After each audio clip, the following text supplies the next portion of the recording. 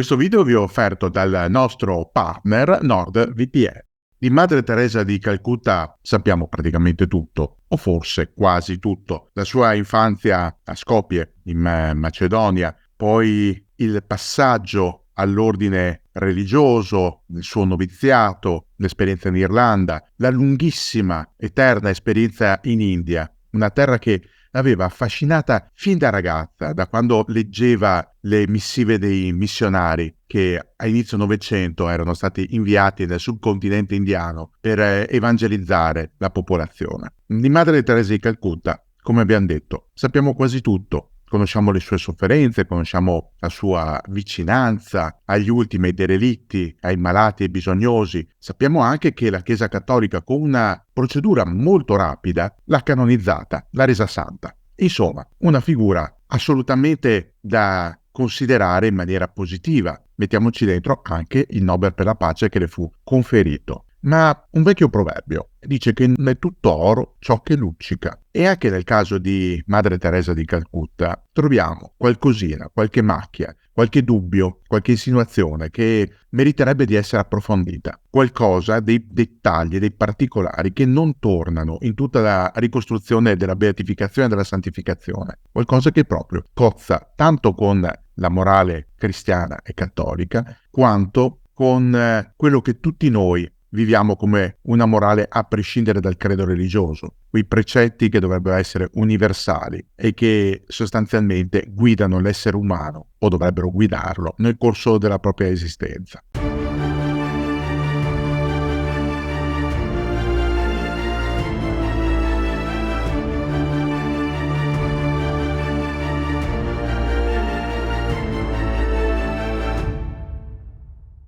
Come già saprete, per i nostri video utilizziamo fonti storiografiche che spesso non sono facilmente accessibili dal nostro paese, l'Italia. Ebbene, un aiuto fondamentale a noi di dentro la storia è fornito da NordVPN con l'assoluta e sicura libertà di accedere a contenuti di tutto il mondo, che si tratti di film, di serie TV, di social media, giornali, archivi online, da PC, smartphone o tablet. Si possono sbloccare infinite opportunità, contenuti, notizie. Anche e soprattutto questo servizio permette di accedere a contenuti geograficamente bloccati in diverse parti del mondo. Per noi di dentro la storia, gli amici di NordVPN hanno creato l'offerta Black Friday. Andate nel link in descrizione per avere uno sconto esclusivo più 4 mesi extra sui piani biennali di NordVPN. Potete anche provare il nuovo piano Plus per ottenere NordVPN e NordPass assieme a un prezzo speciale. Siete stanchi di dover ricordare le password, i dati di tutti gli account che utilizzate per lo shopping nelle principali piattaforme? Ecco, lasciate che sia NordPass a farlo al posto vostro. NordPass salva le password, crea password sempre diverse e vi avvisa nel caso malaugurato in cui le vostre credenziali dovessero finire nel dark web. Potete fare shopping alla larga da cookies, da tracker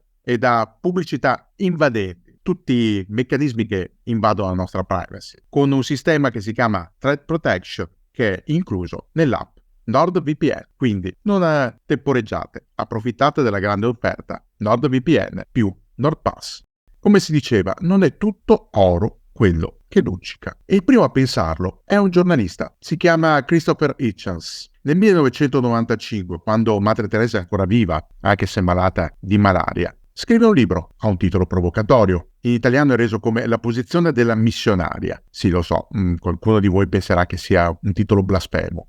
Purtroppo non è un titolo mio, non posso farci assolutamente nulla. Tant'è, questo libro provoca scandalo, ma non esclusivamente per quel titolo provocatorio, quanto per le indagini svolte da Hitchens nei confronti dell'attività di Madre Teresa di Calcutta. Cosa scrive Hitchens nel suo libro? Che la futura santa lodava la povertà, la malattia e la sofferenza come doni dal cielo. Diceva alle persone più sfortunate, ai malati, ai poveri e agli indigenti, di accettare con gioia questi che erano doni che arrivavano da Dio. Ora, se la morale cristiana e cattolica ha insegnato qualcosa, è che sì, esiste, almeno secondo loro, un giudizio divino, esiste per certe interpretazioni una predestinazione che è stata maggiormente approfondita da altre dottrine cristiane come quella luterana e quella calvinista, ma la morale cattolica non insegna ad accettare passivamente tutto ciò che arriva senza dare un messaggio, senza mostrare a Dio di essere degni o indegni di ciò che arriva come dono. Basta leggere le Sacre Scritture, basta leggere ad esempio Giobbe. Ma torniamo a noi, lasciamo stare per un momento ciò che è la dottrina ecclesiastica. Hitchens nel suo libro giustifica questa affermazione, le lodi che Madre Teresa tesseva al dolore e alla povertà, con delle osservazioni fatte in loco. Prendiamo Calcutta, la grande metropoli indiana che ha dato il nome alla fine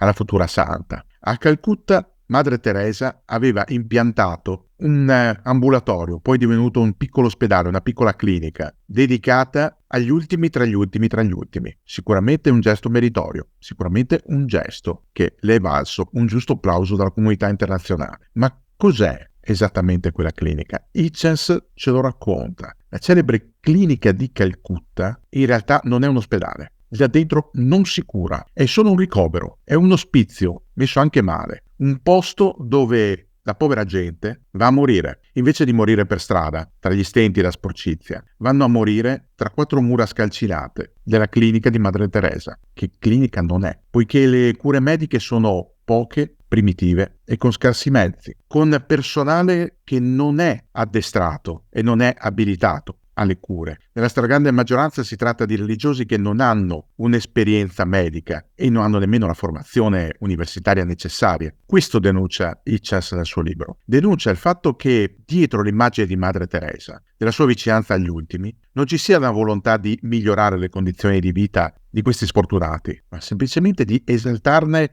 la sofferenza, il martirio, un'estremizzazione. Portare le sofferenze umane davanti agli occhi del mondo, ma senza fare nulla per migliorarle. Hitchens in questo suo libro non è da solo, perché oltre a raccogliere testimonianze in loco, viene supportato anche da diverse associazioni mediche internazionali. Due riviste britanniche, The Lancet e il British Medical Journal, nello stesso periodo segnalano le cattive condizioni di vita dei pazienti. Il fatto che nella famosa clinica, che clinica non è, al di là delle brande e di qualche armadietto da medicinali, di attrezzature ospedaliere non ve ne sia proprio traccia. Denuncia il British Medical Journal l'assenza di primari e di medici veri e propri. In quel luogo si dà solo riparo, si danno palliativi. Qualche volta viene somministrato qualche farmaco da banco, quelli che chiunque può ottenere in farmacia senza ricetta. Quindi non è un ospedale, non è una clinica. Quindi come lo possiamo definire? Un inganno? Una travisazione della realtà? E perché Madre Teresa di Calcutta, che si dimostrava così vicina agli ultimi, non li voleva curare, ma li voleva sempre più sofferenti, quasi fosse un'esaltazione di una presunta volontà divina? Forse per questo motivo dobbiamo risalire molto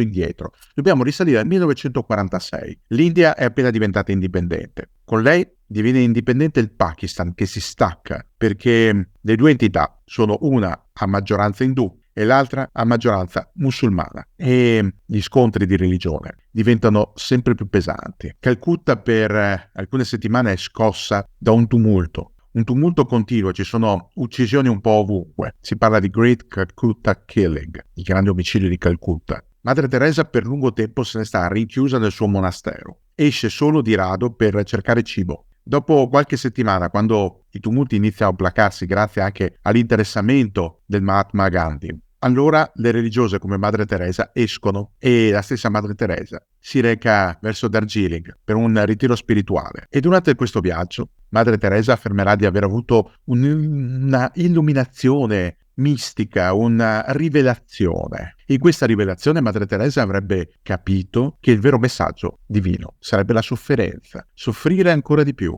Lei che già aveva preso i voti, lei che già faceva attività missionaria, da quel momento in avanti dedica la sua vita alla povertà, alla malattia, all'insicurezza, alla tragedia, alla sofferenza. Si occupa dei diseredati, dei senza casa, dei senza tetto, dei malati, dei lebbrosi. È così che noi conosciamo Madre Teresa. È così che l'Occidente conosce Madre Teresa di Calcutta. Da quel momento in avanti diventerà un personaggio pubblico, mediatico. Le foto che la riprendono assieme ai grandi potenti. Da quel momento in avanti cambia la vita di Madre Teresa di Calcutta.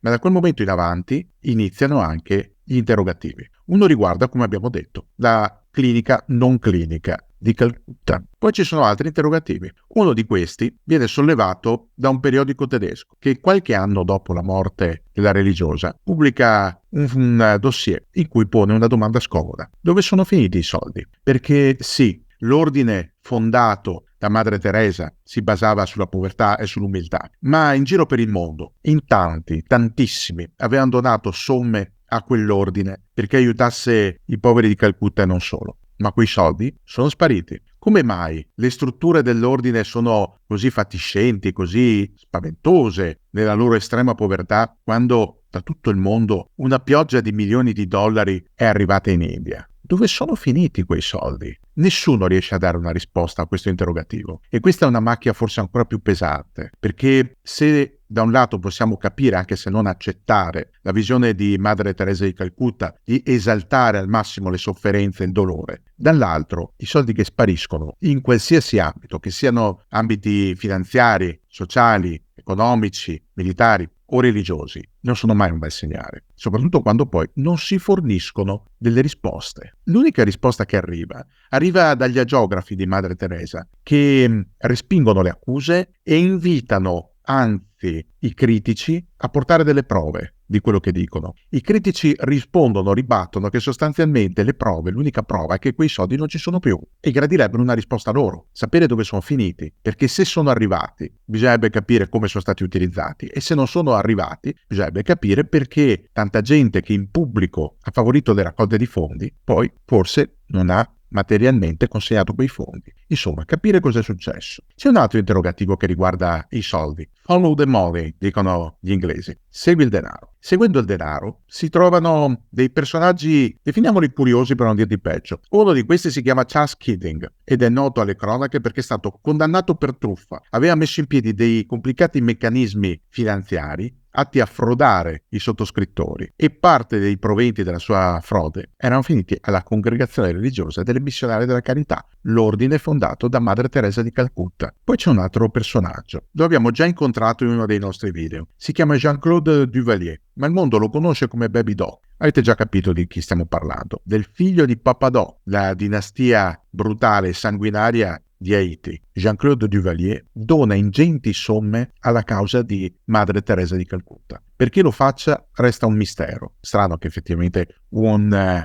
dittatore che affama il proprio popolo decida di dare in beneficenza milioni e milioni di dollari. Eppure lo fa. Madre Teresa di Calcutta in vita non ha mai risposto alle poche, bisogna dire che furono poche domande, sulle sue amicizie politiche. Certo, per raccogliere fondi a volte bisogna scendere a patti anche col diavolo. E se il diavolo è Duvalier, è un diavolo decisamente riconoscibile. Però è chiaro, il fine giustifica i mezzi, scriveva Machiavelli. E allora forse potremmo anche dire che se lo scopo è quello di aiutare i più bisognosi, qualche volta si può anche piegarsi alle contingenze della storia, facendo finta di non conoscere il background personale di certi dittatori. Ma che fine hanno fatto quei soldi? E perché Madre Teresa non ha mai rifiutato l'aiuto che arrivava da certi personaggi, diremmo ambigui o comunque discutibili? Anche queste sono risposte che non riusciamo ad ottenere. D'altronde Madre Teresa è morta ormai da parecchio tempo, sono 26 anni, e il suo ordine, di fronte a certe domande, si chiude nel silenzio. C'è un'ultima macchia sul curriculum di Madre Teresa. È una macchia che potremmo definire mistica o comunque strettamente religiosa. Nel 2007, cioè 10 anni dopo la sua morte, esce un altro libro, è intitolato Sì, la mia luce. Non è un'inchiesta, è una raccolta di 60 lettere di Madre Teresa. In queste lettere, indirizzate ai propri confessori, Madre Teresa esprimeva forti dubbi sulla sua fede personale e questi dubbi sono molto molto pesanti. In una di queste scrive: c'è un'oscurità terribile in me, come se ogni cosa fosse morta. Ed è stato più o meno così da quando ho cominciato questo mio lavoro. In un'altra lettera scrive: mormoro le preghiere della comunità, mi sforzo per trarre da ogni piccola parola la dolcezza che essa deve regalare, ma la preghiera di unione non esiste più. Io non prego più. Definisce Cristo in queste sue lettere come l'assente, con la A maiuscola, colui che sta sempre in silenzio. Questo libro sconvolge perché una persona innalzata agli altari da così poco tempo per opere meritorie in vita, che si esprimeva però riguardo alla propria fede in termini così duri e così critici, è un qualcosa che scuote le fondamenta di qualunque credo religioso, figuriamoci quello cattolico. Eppure tutto ciò non ha scosso la certezza granitica di molti fedeli che ancora oggi venerano Madre Teresa di Calcutta come una santa immacolata. Altri invece continuano ancora oggi a domandarsi chi fosse davvero Madre Teresa di Calcutta. Alcuni studiosi canadesi hanno elaborato una teoria secondo cui l'impatto del mondo mediatico, di noi giornalisti, dei cineoperatori, ma anche semplicemente dei viaggi compiuti dalla santa all'estero, abbia contribuito a favorire la nascita di un mito intoccabile, intangibile, il mito di Madre Teresa, un mito che scavalca la realtà, che la sovrasta e che copre tutte le varie ombre, tutti i vari punti oscuri della sua vicenda personale e del suo ordine. Copre i suoi dubbi riguardo alla fede, i suoi tentennamenti, copre la sua esaltazione eccessiva del dolore, copre la questione dei soldi spariti e delle sue amicizie politiche scomode. Di fronte a tutte queste obiezioni, la Chiesa Cattolica non ha mai dato segnali di cedimento. Certo, non potrebbe farlo. Vorrebbe dire ridiscutere il dogma della santità. Però permetteteci un'osservazione. Gli esseri umani, per natura, sono infallibili e definire santo, ovvero vicino alla